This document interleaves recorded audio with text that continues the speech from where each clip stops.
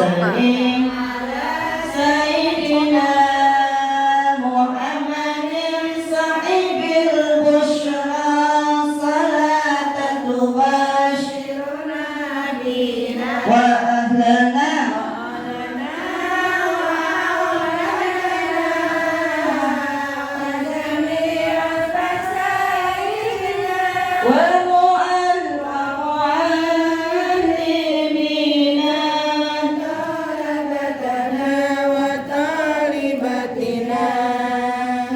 يومنا هذا إلى يوم الآخرة اللهم صل وسلم وبارك عليه وعلى آله.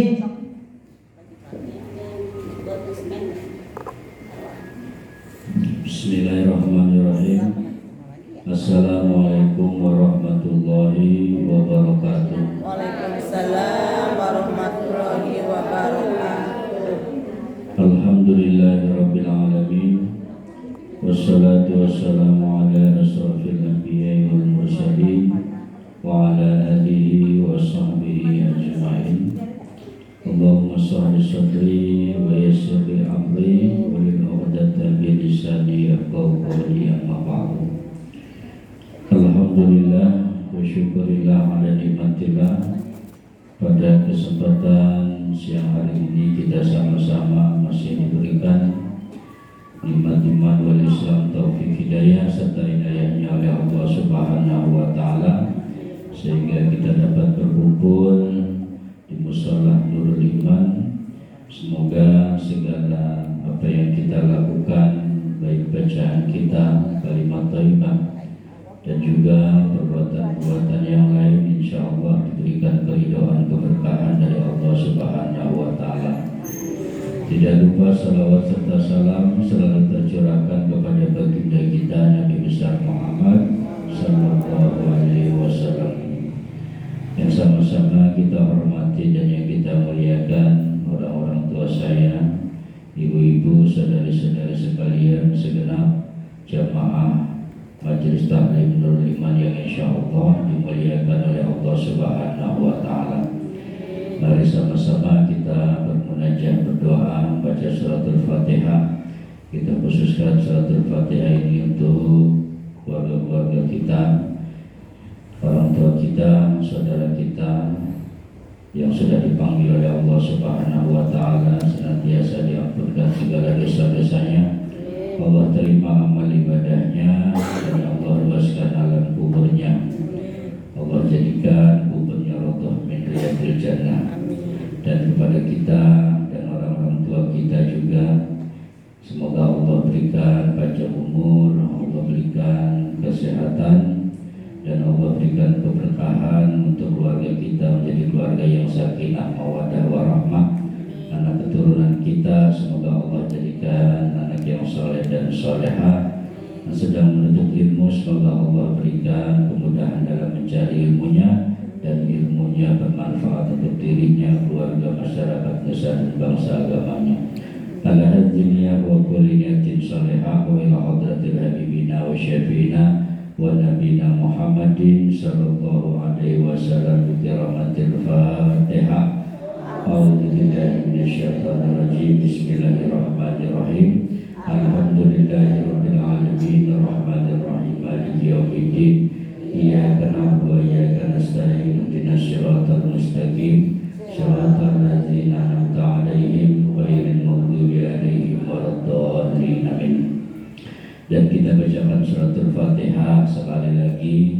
Ini ada sedekah untuk mushola, ya, untuk mushola dari keluarga Ibu Marwah yang dikhususkan untuk almarhum Bapak Nasir bin Simin, almarhumah Wiwin binti Nasir, almarhum Darmin bin Fulan, almarhum Haji Jamal bin Amin, almarhumah Hasanah binti Iman, almarhum Oman bin Simin. Semoga Allah ampunkan segala dosa-dosanya, Allah terima amal ibadahnya, Allah luaskan alam kubur mendoakan tempat yang sebaik-baiknya dan keluarga besar Ibu Marah selalu diberikan dalam keadaan sehat walafiat, hajat dan tujuannya semoga dapat tercapai dengan izin dari Allah Subhanahu wa taala. Al-Hadiniyah Al-Fatihah. A'udzubillahi minasyaitonirrajim. Bismillahirrahmanirrahim. Alhamdulillahirabbil alamin arrahmanirrahim maliki yaumiddin. Iyyaka na'budu wa iyyaka nasta'in. Ihdinas siratal mustaqim. Shiratal ladzina an'amta 'alaihim ghairil maghdubi 'alaihim waladdallin. Amin amin ya rabbal alamin. Ibu-ibu, saudara-saudara sekalian yang insya Allah dimuliakan oleh Allah Subhanahu wa taala. Kita pada hari ini sudah memasuki di bulan Sya'ban. Ya, sebentar lagi kita akan nisfu Sya'ban ya. Ya, malam apa itu? Malam Minggu, insya Allah malam Minggu kita nisfu Sya'ban. Bertemu lagi malam Minggu yang akan datang, itu hari Minggu datang berarti sudah penutupan, dan minggunya lagi ketemu, sudah sebentar lagi kita memasuki bulan suci Ramadan tanggal 29, itu terakhir itu di bulan Sya'ban. Dan oleh karena dari itu ya insya Allah pengajian kita ini adalah ketemu lagi besok ya, hari ini dan besok. Berarti kalau bapak-bapak udah habis dulu ya, bapak-bapak udah habis semalam, udah terakhir kita ngaji, karena malamnya besoknya malam nisfu Sya'ban udah gak ketemu untuk ngajinya, dan besoknya sudah penutupan. Ini penutupan mau sendiri atau digabung nih? Bapak ikut ibu-ibu. Oh, ikut ibu-ibu. Alhamdulillah. Ibu apa ikut bapak? Bapak ikutin aja ya Bu ya. Ya nepeng aja. Kalau bapak mah sepi Bu, nggak ada jeruk, nggak ada apa. Kalau nepeng kan enak, jadi rame ya. Ya biasanya kan yang rajin ibu-ibu. Iya. Bawahnya apa aja pasti ada kumpul ya. Dirangkap semua ibu-ibu. Ya, kalau misalkan nggak nenteng romannya ada yang kurang. Nah, kalau bapak-bapak kan nggak ada yang nenteng juga enjoy aja. Enjoy aja bapak-bapak. Iya, iya. Bapak nggak ada apa-apa nih, berarti ibu-ibu. Nah, kita gabungin. Ya, insya Allah semuanya mendapatkan keberkahan dari Allah Subhanahu wa taala ya Bu ya.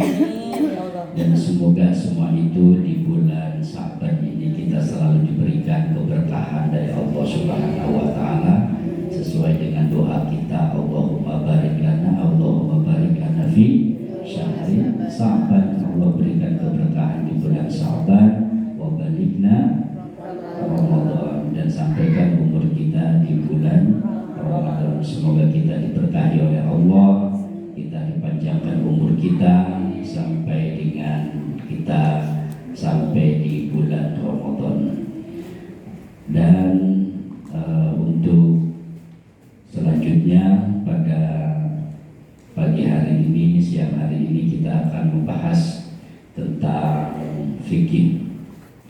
Al-Fatihah ila hadratil habibina wa syafi'ina wa nabiyina Muhammadin sallallahu alaihi wasallam wa ila ruhi mu'alif hazal kitab Syekh Alim Al-Fadil Abu Abdul Mu'ti Muhammad Nawizawi wa nafa'a bi ulumihi wa nafa'a bi ulumihi wa nafa'a bi dari amina. Al-Fatihah. A'udzu billahi minasyaitonir rajim. Bismillahirrahmanirrahim. Alhamdulillahirabbil alamin arrahmanir rahim maliki yaumiddin. Iyyaka na'budu wa iyyaka nasta'in. Ihdinas siratal mustaqim. Shiratal ladzina an'amta 'alaihim ghairil maghdubi 'alaihim waladdallin. Amin amin ya rabbal alamin. Bismillahirrahmanirrahim. Qala mu'allif rahimahullahu ta'ala wa nafa'a bi ulumihi fid dharain amin. Bismillahirrahmanirrahim. Faslun tabtulus sholatu bi arba'a asyrata khaslatan. Pasal ini menerangkan tentang fi mafsadati sholati tabatul sholati. Pasal ini menerangkan di dalamnya ini tentang kerusakan-kerusakan dalam sholat. Artinya adalah perkara-perkara yang dapat membatalkan sholat. Ini semalam juga sudah dibahas nih Bu sama bapak-bapak. Cuman ada 11, tapi di sini lebih banyak lagi. Yang membatalkan sholat di dalam kitab ini kesifatu saja adalah bi arba'a asyrata khaslatan. Ada 14 perkara. Jadi yang membatalkan sholat ada 14 perkara. Jadi kalau perkara ini ada nih ketika kita sholat, berarti batal gitu ya. Kalau tidak ada berarti tidak batal. Apa aja 14 ini? Yang pertama adalah bil hadasi, yaitu adanya hadas. Hadas itu ada berapa? Ada dua. Ada hadas kecil, ada hadas besar. Kalau hadas kecil buang air kecil, buang air besar, buang angin. Nah itu hadas kecil. Kalau hadas besar junub, ya kan? Nah itu hadas besar. Nah kalau kita ketika sholat lalu kita itu ada punya hadas kecil, kita belum berwudu misalkan, berarti sholat kita batal. Atau juga kita kentut, ya kan? Kita kentut, kita buang gas, tahu-tahu keluar aja. Nah itu berarti kita punya hadas kecil. Nah itu berarti batal. Yang jadi permasalahan itu adalah ketika kita ragu-ragu, ini kira-kira kentut apa kagak ya? Ragu-ragu, ya kan begitu kadang-kadang kita. Nah berarti apa? Kita harus punya dua nih, harus dua pengertian supaya kita tahu itu, kita supaya yakin. Yang pertama, kalau misalkan ada bunyinya, nah keluar, nah itu berarti punya hadas tuh, batal. Yang kedua ada baunya, ya bunyi bau, nah itu pasti udah batal. Tapi kalau misalkan nggak ada bunyi, nggak bau, ya kan, kita ragu-ragu, udah diemin aja, yakinkan aja kita itu belum batal, belum kentut gitu. Karena apa? Ya karena itu perbuatan setan. Ragu-ragu, Allahu Akbar, apa kagaknya, keluar apa kagak, udah yakinkan aja langsung. Kalau nggak ada bunyinya, nggak ada baunya, udah terusin aja, yakinkan itu bukan hadas, bukan kentut gitu. Jadi yakinkan saja, kecuali kalau ada bunyi, bau, nah itu baru udah pasti batal gitu ya. Lalu kita sholat subuh, malamnya junub kita tuh lupa mandi, tahu-tahu sholat subuh aja, Allahu Akbar, udah dapat 1 rakaat, ingat, iya ya, punya hadas besar belum mandi, batal. Jangan terusin lagi, itu berarti batal sholat kita karena kita punya hadas besar. Mandi dulu, wudu, baru sholat. Itu yang pertama. Kalau nggak ingat bablas, tahu-tahu ingatnya gitu. Apa nggak ingat aja? Ya udah, nggak apa-apa kalau nggak ingat. Ya kan kita nggak ingat, udah bablas. Ya namanya nggak ingat gitu ya, nggak apa-apa kalau nggak ingat.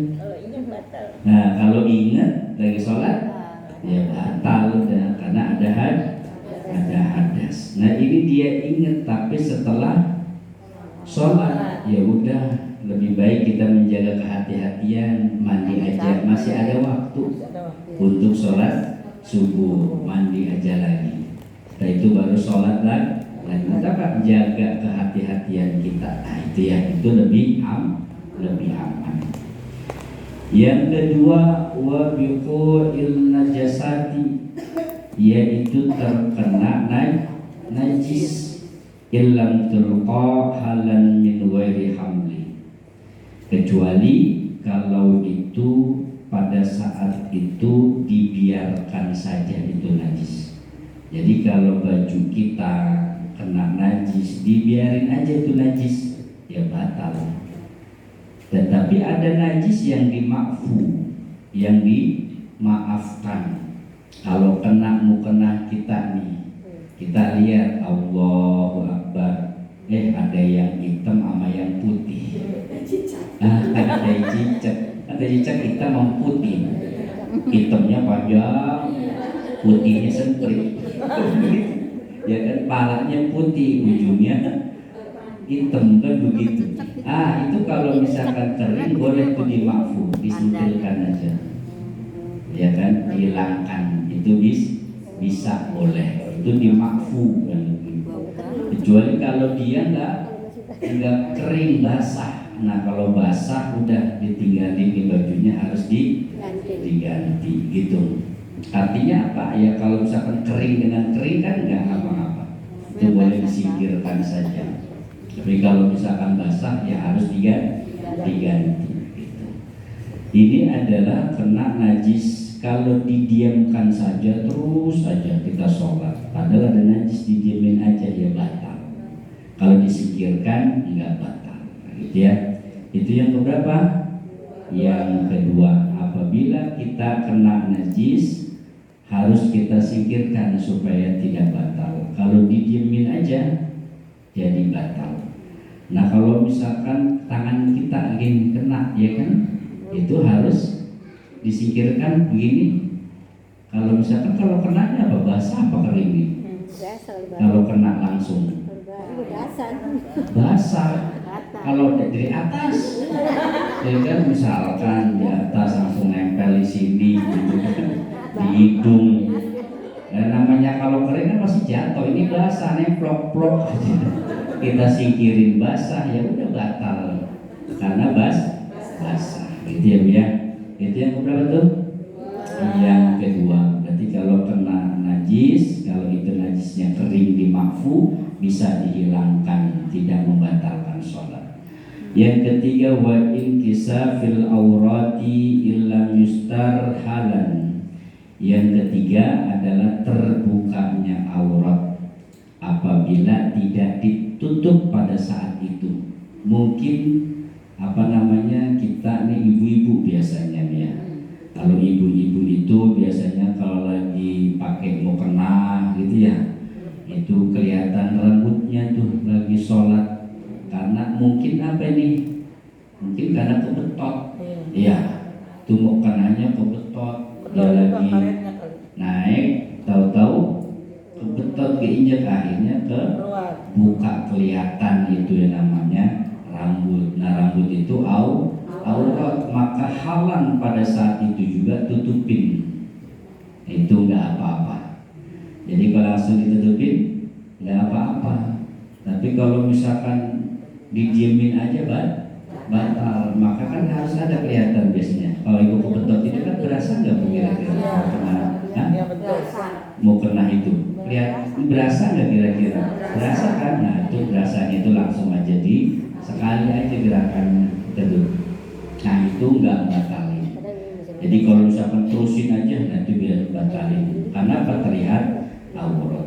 Nah begitu pula dengan kaki. Nanti hati-hati juga kalau kita pakai mukena, kadang itu dia kesingkap, kebuka. Nah kalau lihat dia kesingkap, kebuka, kita nggak sengaja, ya namanya keadaan sholat, kita tutup aja lagi, nggak apa-apa. Tapi jangan dibiarin. Ya, yang dibiarin itulah yang membatalkan sholat. Nah kalau tangan gimana, telapak tangan nih? Kalau misalkan lagi sholat nggak pakai mukena, ya nggak apa-apa. Telapak tangan ini nih segini nih sampai pergelangan tangan dan luka, itu bukan termasuk aurat. gitu ya. Tapi bagusnya itu orang Asia itu, orang Indonesia, Malaysia itu biasanya pakai pakaian sholatnya itu mukenahnya nutupin semua. Itu bagusnya ya. Gitu. Jadi punggung tangan nggak? Sampai ini aja pergelangan tangan. Di sini pergelangan sini nih, ini kesini nggak apa-apa ini sini. Dan ini dagu ini sini, ini dagu. Ya, kalau dagu itu ada dua, ada dagu bagian luar sini, ada dagu bagian dalam. Aku pakai bagian dalam sini kena nih aurat. Nah, saya baca sini. Nah itu ya. Terus yang keempat, wa nutqi bi harfaini au bi harfin mafhumin amdan. Yang keempat yang membatalkan sholat adalah mengucapkan saja dua huruf saja atau satu huruf saja yang dipahami itu secara sengaja dapat membatalkan sholat. Kalau dalam kitab Al-Bajuri itu kalamun berbicara ya. Kalau kita ngomong sama orang batal walaupun itu satu huruf saja keluar dari mulut kita. Misalkan nah itu lagi sholat ngomong besok masak apa, besok mau masak apa, dijawab dia sayur asam, gatal. Kenapa? Lebih daripada dua huruf itu ngomong, ya kan itu ngomong, dia itu ngomong satu dengan yang lain itu batal. Jangankan ngomong kayak gitu, kita sendiri aja dua huruf aja itu ketika sholat amdan dengan sengaja maka itu batal. Makanya dijaga ketika kita sholat. Kalau sengaja, nah kayak kemarin itu sujud sahwi. Kalau sujud sahwi tahu-tahu ngomong ada kucing lewat, itu sengaja bakal gak? Hah? Enggak sengaja. Yang enggak sengaja begitu enggak apa-apa. Tapi harus pakai sujud sahwi. Ini yang amdan sengaja ngomong sama yang sampingnya, ibunya lagi jamaah begini, imamnya perempuan juga atau mungkin laki di situ. Nah imamnya itu salah, gimana cara negur imam yang salah itu? Tahu nggak? Subhanallah buat laki-laki, ibu itu subhanallah nggak boleh ngucapin subhanallah.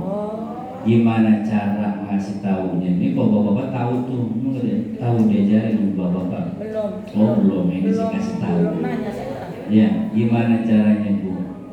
Ya, itu ketika kita lagi sholat, ibu itu tahu nih imamnya salah itu adalah dengan bidormi, dengan memukul tangan. Bibatni ini bagian yumna, bagian dalam, ditepukan ala bizohari simal kepada tangan kiri, bukan begini.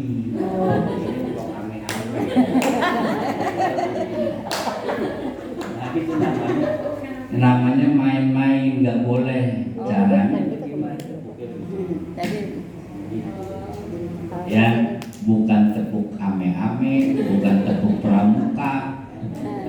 Jadi nggak usah gerak kita, nggak usah ngasih tahu gini aja gitu. Ya nggak usah begini. Kalau misalkan jauh begitu kan bos. Punggung imam kita. Kan, atau dekat begini kan gini aja cukup. Oh. Gitu. Iya. Jadi gini, tepuk aja begini. Tepuk ini imam juga harus paham ilmunya, ya kan? Lah kalau imam kagak paham, kata orang ngapain? Lah ngapain itu nepuk-nepuk dia? Mungkin imam udah tahu ilmunya, makanya imam udah tahu ilmunya. Kalau lagi ada yang nepuk itu berarti emak ini nepuk nih salah nih. Kalau lagi baca subhanallah tasbih. Kalau misalkan perempuan ibu tepuk begini. Jadi nggak berubah tuh tangan kita nggak berubah. Ya kalau kita berubah. Apalagi pukul juga kan. Ya, tepungin apa? Burung. Iya, nepuknya betul tapi cara nepuknya. Itu ya.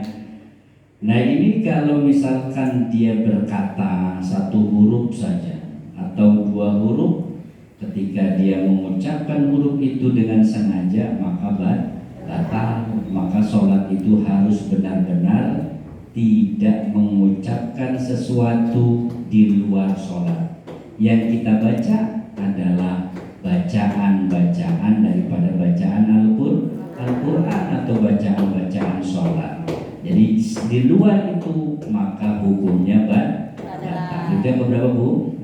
Yang keempat. Yang kelima, bil muftaril amda, yang membatalkan puasa secara sengaja. Apa yang membatalkan puasa itu juga membatalkan sholat. Contohnya apa yang membatalkan puasa? Lagi sholat, ini masukin tangan ke kerongkongan kita, air-airan muntah, kan begitu, itu batal. Kalau kita ngongkok tangki lagi sholat, Allahu Akbar, nah ya kali aja begitu, ada yang ngangkut di sini, ada begitu, ada di dalam sini kan, itu membatalkan puasa juga membatalkan sholat. Jadi yang membatalkan puasa itu juga membatalkan sholat. Contohnya makan, ya kan? Makan itu batal gak puasanya? Batal. Berarti kalau makan sholatnya ikut batal. Sesuatu yang membatalkan sholat puasa berarti membatalkan sholat. Gitu ya. Itu yang keberapa? Yang kelima. Yang keenam, wal uqlil kasiri nasyan, makan yang banyak. Ya. Dalam Ibnu Bajuri itu ada baik itu kasirun atau qalilun, baik makan atau minumnya itu banyak atau sedikit tetap membatalkan sholat. Ibu lagi sholat tahu ngegares, kue cucur lagi di mulut, Allahu Akbar, ini paham gitu, itu batal begitu. Itu yang banyak tuh ya, kue cucur masuk, Allah belum ditelan, Allahu Akbar aja gares aja ya. Permen gak begitu, lagi sholat makan permen itu juga batalkan. Itu yang banyak. Yang sedikit ada itu yang batalkan. Kalau dia itu disengaja itu batal. Itu apa? Nyelip, ya kan, nyelip itu. Nah kalau dia itu nggak ketahuan, berarti harus kemarin apa, sujud sahwi. Karena apa, dia lupa, dia nggak tahu ketelan begitu. Air wudhu begitu, belum habis di mulut dikeluar, tahu Allahu Akbar masih ada sisa, itu telan lagi, dia telan tuh, dia nggak keluarin. Nah itu batal, baik itu banyak ataupun sedikit, itu yang membatalkan daripada sholat. Jadi nggak boleh kalau lagi sholat makan, nggak boleh lagi sholat ngegares, nggak boleh lagi sholat minum. Kalau lagi aus, Allahu Akbar, minum dulu lah sedikit, batal gitu. Ya begitu. Ada kira-kira begitu lagi sholat minum. Ada di postal. Lagi sholat tarawih, begitu. Lagi capek banget gitu ya, 23 rakaat atau sampai 10 nih rakaat yang harus bentar-bentar minum dulu. Lagi sholat lagi Allahu Akbar, sholat batal. Kalau pengen mau minum ya selesai sholatnya gitu ya biar. Yang ketujuh, wasalisi harokatin muta'awaliyatin walau bisahwan. Yang ketujuh yang batalkan sholat adalah 3 kali gerakan secara berturut-turut walaupun itu dia lupa. Jadi kalau apa, kita melangkah sampai 3 kali melangkah 1, 2, 3 itu udah batal. Au aksara atau banyak 4 kali, 5 kali, yaitu lebih daripada 3 aja udah membatalkan secara berturut-turut. Ini tangan lagi begini sedekap, tahu-tahu garuk 1, 2, 3 ya kan, semuanya ikut gini nih. Satu lagi di sini nih, susah banget ini, mana pakai mau kena lagi nih ya, di dalam mana udara panas, ini pengen mau garuk susah banget ini. Daripada begitu apa kayak 1. Nah gitu 1 jari aja begini. Kalau emang susah banget mau digaruk, kudu digaruk juga. Nah pakai aja 1 gerakan dengan jarinya 3 gerakan gini nggak apa-apa, itu dimakfu ya. Nah Kalau kayak begini nih, wah kemarin tuh partai derajat yang nanya ya kan gimana kalau sampai berkali-kali udah mendingan lepasin aja dah, semuanya dah berhentiin dulu urus aja dah, nggak sholat ini ya kan keluar daripada sholat ya nggak apa-apa silakan Pak, emang itu menghalangi khusyuk kan gitu. Kalau masih belum bisa ya satu aja segini, kalau masih emang bisa lah gitu nggak puas kan? Kalau nggak puas ya udah baterainya dulu garut semuanya kasih bedak itu buat garut gitu. Gitu. Jadi 3 kali gerakan secara berturut-turut itu membatalkan daripada sholat ya, melangkah, garuk segala macamnya. Kalau 3 kali berturut-turut maka ini adalah membatalkan sholat. Maka ketika ada imam, ada makmum itu dia berjamaah sendiri itu makmumnya, ketika dia melangkah mundur ke belakang maka harus lihat jangan sampai 3, 2 kali 1, 2 gitu. Maksud berapa banyaknya sih kan nggak panjang kan nggak jauh gitu. Itu cukup. Yang ke-8 yang membatalkan daripada sholat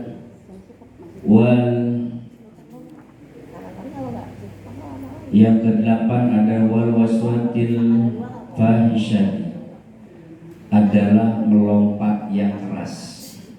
Artinya kalau kita lagi sholat lompatnya jauh tinggi gitu, langsung kayak terbang gitu lompat. Nah itu membatalkan daripada sholat. Makanya kalau ada sesuatu yang kaget jangan lompatnya tinggi-tinggi gitu. Coba menghindar aja sedikit, itu nggak apa-apa. Tapi kalau dia melompatnya yang keras sampai dia jempalin begitu, itu udah batal ya, dibatalin itu. Karena apa? Jempalin udah lompatnya keras, karena ada sesuatu hal yang menurut dia itu kaget kan begitu, sehingga jempalin keras gitu. Itu membatalkan sholat.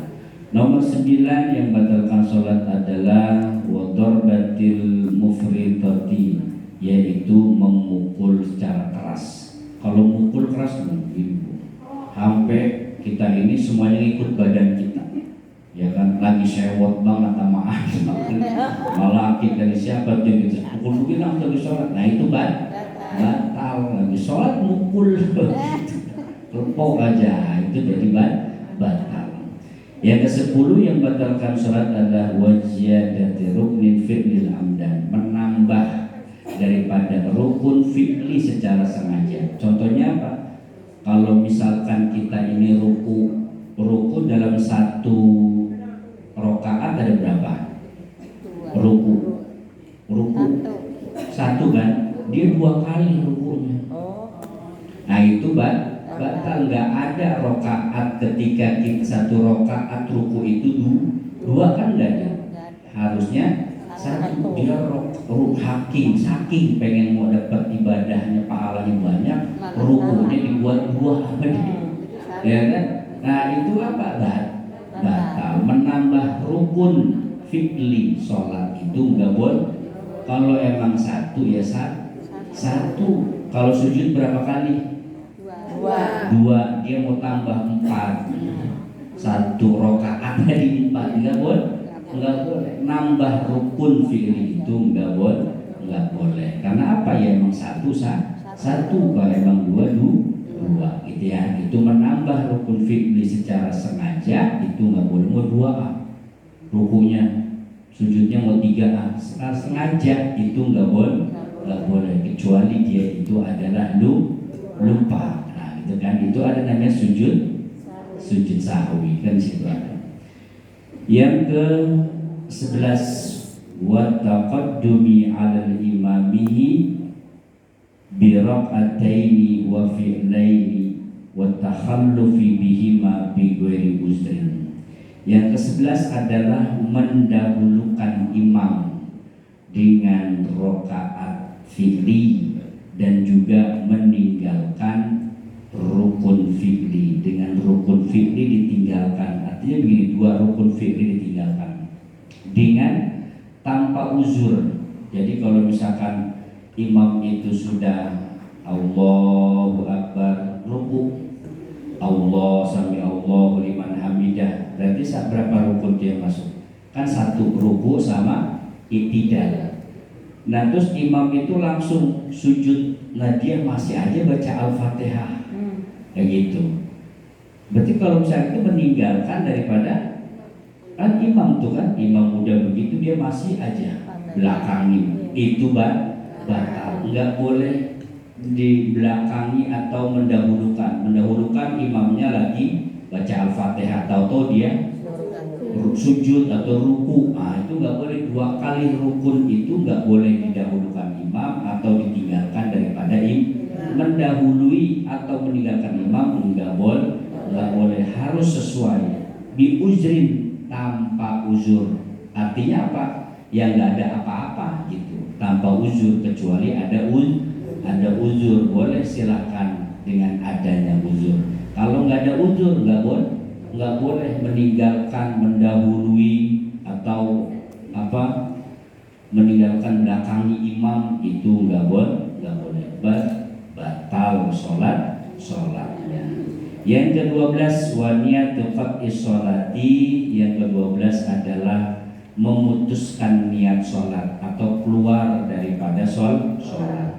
Ibu biasanya itu suka suka jemur ya, jemur pakaian di luar, lagi sholat Allahu Akbar. Ntar kalau misalkan hujan, sholatnya saya batalin nih, itu udah batalin.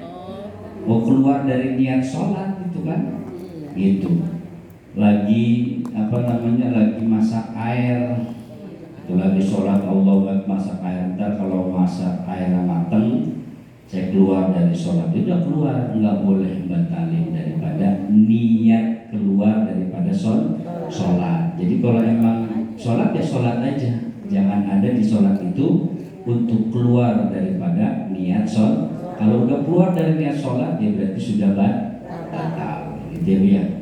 Yang ke-13 wa ta'liqu qat'aha bisyai'in, sengaja memutus sholat, sengaja tahu-tahu keluar aja dari sholat, lagi Allahu Akbar keluar, berarti batal, ulang lagi dari awal. Kalau udah keluar aja tahu-tahu, ngapain kayak gitu ya, keluar, nah itu berarti dia udah memutuskan sholat. Orang yang memutuskan sholat berarti batal sholatnya. Mau sholat lagi ya harus dari awal.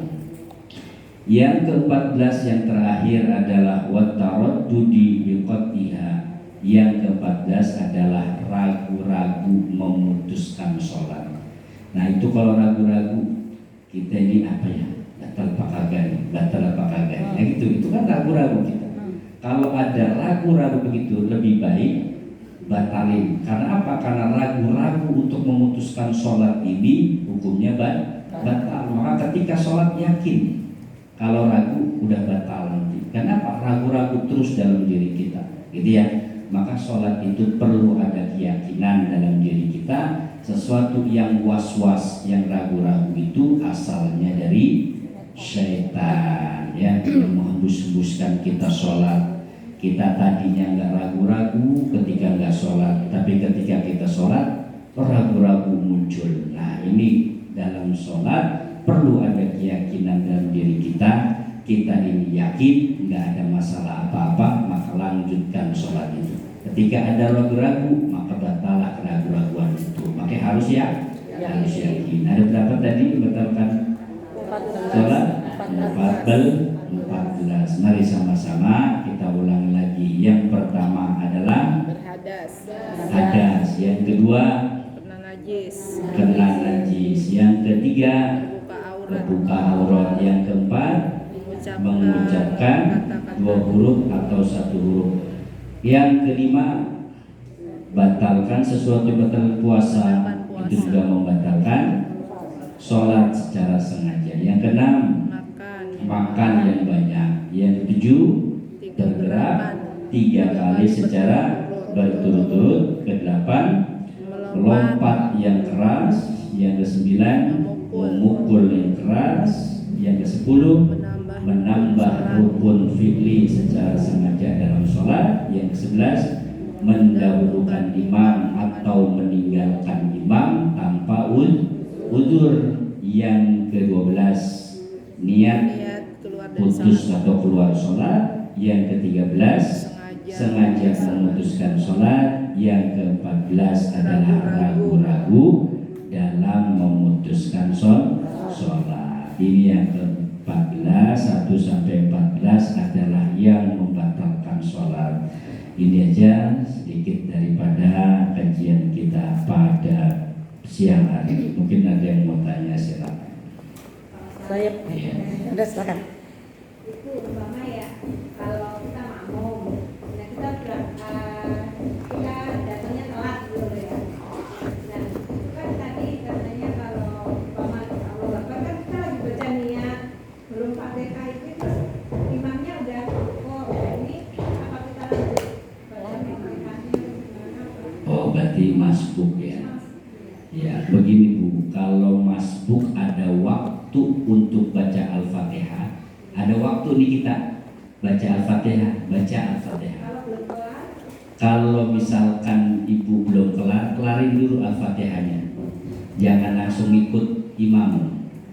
kalau imam maksudnya Ruku, ya sedikit aja, kita kan bisa nyepetin baca Al-Fatihah. Cepetin kali. Iya, cepetin aja sedikit, nggak apa-apa.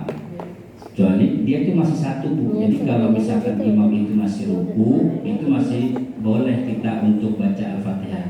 Kecuali kalau nanti imam udah agak lama jauh dari rukunnya itu baru.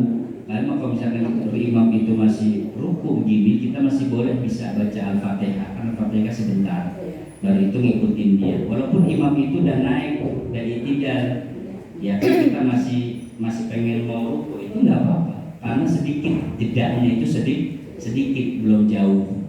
Tapi kalau misalkan kita baca Al-Fatihah udah nggak ada waktu, imam itu langsung ruku, kita nggak sempat baca Al-Fatihah, jangankan ya Bismillahirrahmanirrahim, Alhamdulillah, itu Bismillahnya aja kan sempat, langsung aja ikutin imam ruku. Karena apa? Waktunya nggak bisa, dan itu ditanggung oleh imam. Jadi Al-Fatihah yang ditanggung sama imam, bagi jamaah yang makmum masbuk adalah nggak ada sempat ketemu untuk baca Al-Fatihah. Itu aja ditanggung. udah termasuk satu rakaat. Udah masuk itu. Karena kan imam itu langsung ruku belum naik. Kecuali kalau dia udah naik. Itu udah termasuk satu, tapi Ada kalau satu. di sujud itu nggak dibilang satu. Iya, kalau kita langsung ikutin sujud udah bilang satu, tapi nanti tambahin lagi. Gitu. Tapi kalau misalnya imam itu masih dapat ya kita dapat. Ustadz, kalau selain melafalkan Al-Fatihah yang wajib, selain itu kalau kita makmum itu seperti ruku atau apa, kita ikut melafazkan nggak sih? Ya, Atau begini, ikut Bu. imam aja? Untuk pembacaan daripada makmum dan imam ya. Iya. Ketika imam itu udah Allahu Akbar kan gitu, ibu itu Allahu Akbar. Di situ ada jeda imam yang jahar nih ya, yang jahar. Itu ada baca iftitah. Imam itu biasanya baca iftitah, Iya. ya kan? Itu ibu kesempatan baca iftitah. Ketika ibu udah baca iftitah, udah selesai, terus makmum juga baca Al-Fatihah. Ibu dengerin dia baca Al-Fatihah sampai waladolin. Ketika waladolin amin, ibu bisa baca surat Al-Fatihah di situ. Ya kan? Setelah situ ibu bisa dengerin lagi imam itu baca surat pendek. Begitu. Biasanya Bu, ini yang sunnah-sunnah itu yang sudah lama jauh daripada Rasulullah itu biasanya ada jeda antara imam itu waladolin, makmum waladolin, itu biasanya dikasih waktu jeda. Jadi imam itu nggak baca surat dulu, agak sedikit panjang diemnya agak sedikit panjang. Itu gunanya apa? Makmum baca Al-Fatihah. Nah imam ketika kira-kira hitungan berapa detik itu baru baca surat pendek. Nah makmum dengerin. Cuman ini kan dulu, sekarang udah bergeser daripada sunnah itu. Artinya apa? Kalau emang imam itu sudah baca Al-Fatihah, kita waladolin, terus imam baca surat pendek, ya kita baca aja surat Al-Fatihah. Karena apa? dengan baca surat pendek itu sunnah gitu. Setelah selesai baca surat Al-Fatihah, imam masih baca surat pendek, kita dengerin, itu nggak apa-apa. Ya. Kalau ibu pun juga langsung nggak ketemu daripada surat tadi masbuk tuh nggak ketemu ini, imam udah naik kalau baca surat pendek, dia baru baca surat Al-Fatihah, itu kan udah ketemu kan? Imamnya surat pendek, dia baca surat Al-Fatihah. Ketika itu makmum jangan baca doa iftitah, kelamaan baca doa iftitah. Karena apa? Yang diwajibkan itu rukunnya adalah baca surat Al-Fatihah. Jadi Al-Fatihah aja langsung tanpa dengan membaca doa iftitah. Kalau dia masbuk nggak ketemu daripada bacaan Al-Fatihahnya imam. Gitu ya. Oh, ruku dan sujudnya Ustaz, maksudnya ikut melafazkan nggak kita? Ruku kita ikut semua. Ikut semua. Jadi ruku sujud kita ikutin bacaan kita. Bacaan imam ya bacaan imam, bacaan kita ya bacaan kita, begitu. Jadi kita itu mengikuti imam yang ketika jaharnya itu, ya kan, gerakannya. Tapi ketika kita baca sujud, ya baca sujud. Imam juga baca sujud. Kita at-tahiyatul, kita baca at-tahiyatul. Nanti gak usah dah, kan imam udah baca, ya imam ya kita ya imam kita itu yang ditanggung ketika jamaah adalah surat-surat pendeknya, jaharnya, Al-Fatihahnya. Ya ketika ruku ya sama, kita baca juga ruku, imam juga dia baca ruku, sujud dia baca juga, itu juga baca gitu ya. Ada lagi dan Saya Pak Ustadz, ini mengenai najis kan nunggu waktu subuh. Saya kadang-kadang itu baca tasbih sambil sendiran itu, tahu-tahu kan kaki saya keluar dari mukena tuh ya Pak Ustadz ya. Adalah nyamuk gigit mungkin ya. Gigit sampai senang kali itu saya ketiduran apa gimana tuh. Saya terasa digigit, saya giniin, terus itu kan ada darah tuh. Darah itu apakah itu harus dicuci dulu, apa kena itu dicuci yang di daerah najisnya aja, darahnya aja, apa gimana tuh Pak Ustadz? Apa saya langsung sholat lagi itu menurut Pak Ustadz sah apa enggak? Terus yang kedua, saya di rest area ceritanya kalau pulang kampung nih, kebetulan lupa bawa mukena mungkin di mobil. Nah saya udah pakaian gini ya Pak Ustadz ya, udah pakai ini, kata Bapak bisa lah katanya untuk sholat mah, kalau ini udah darurat katanya mukenanya udah jauh mau sholat kan, itu saya laksanakan sholat.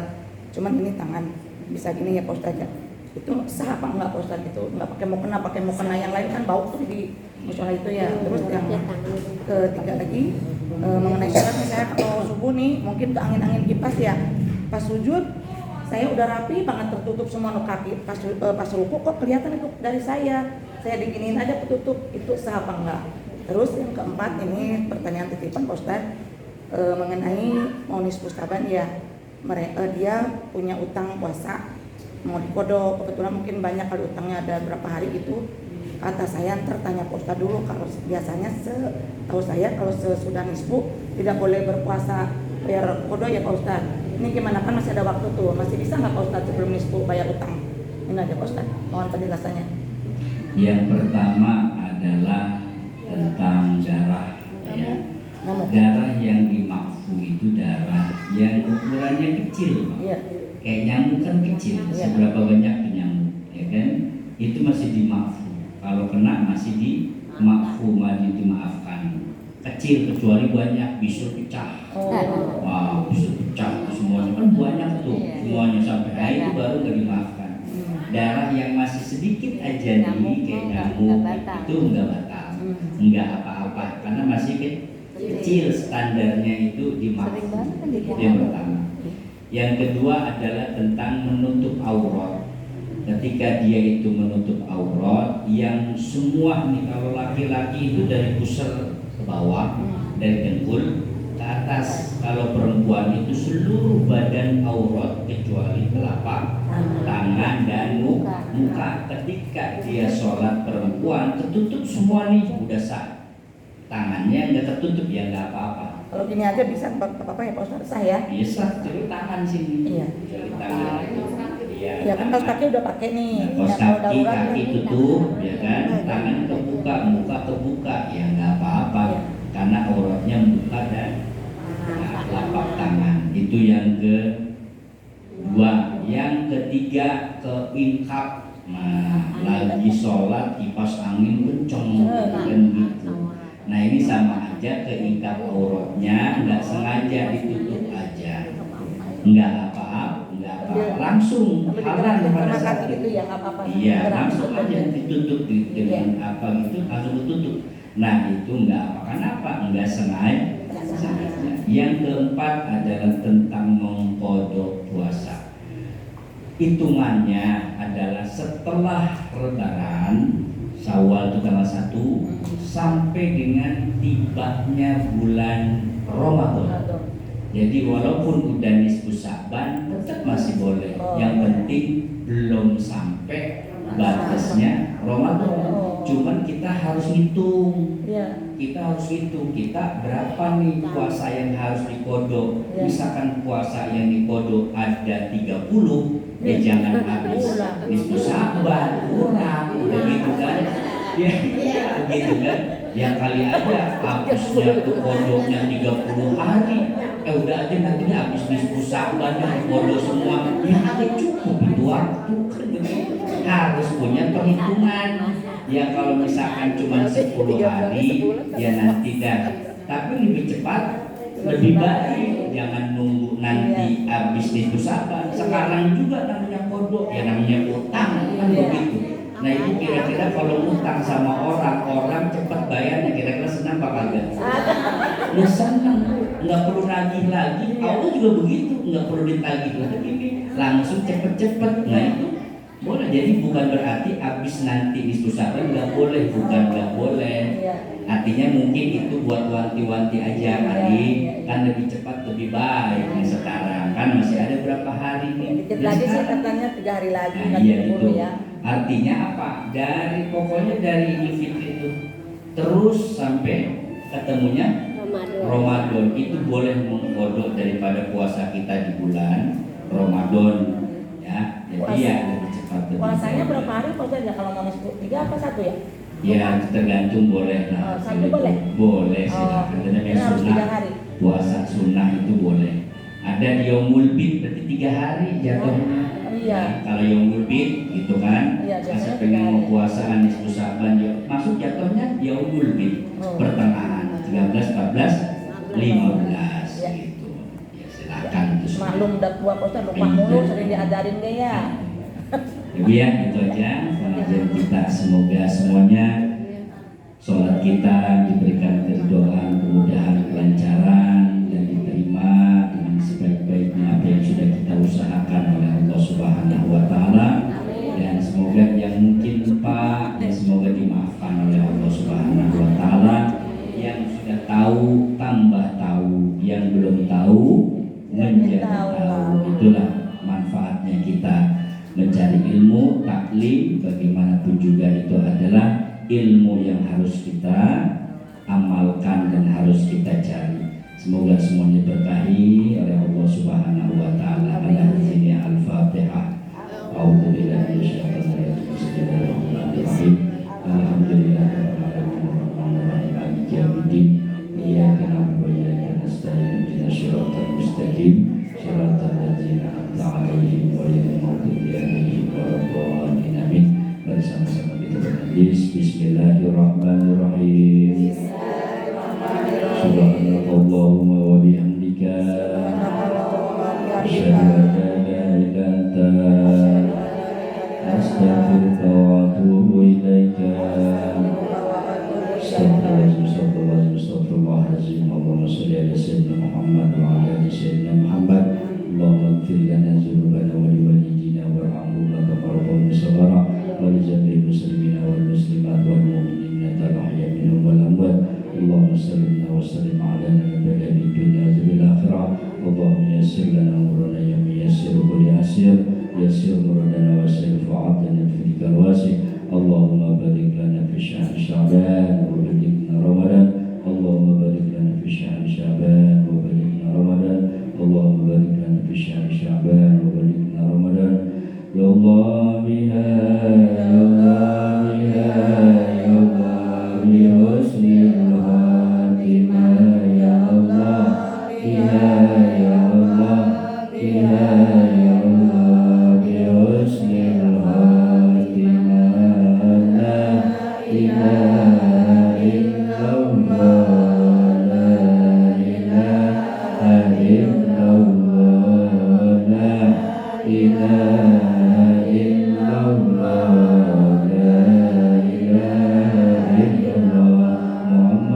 Rasulullah sallallahu alaihi wasallam. Rabbana atina fid dunya hasanah wa fil akhirati hasanah wa qina adzabannar. Wassallallahu ala sayyidina Muhammadin nabiyil ummi wa ala alihi washabihi. Subhana rabbika rabbil izzati amma yasifun. Wassalamun alal mursalin walhamdulillahi rabbil alamin. Cukup sekian dari saya. Yang benar datang dari Allah Subhanahu wa taala, yang salah datang dari diri saya sendiri. Saya mohon ampun kepada Allah Subhanahu wa taala. Wallahu muwaffiq ila thoriq. Wassalamualaikum warahmatullahi wabarakatuh. Waalaikumsalam warahmatullahi wabarakatuh. Sallallahu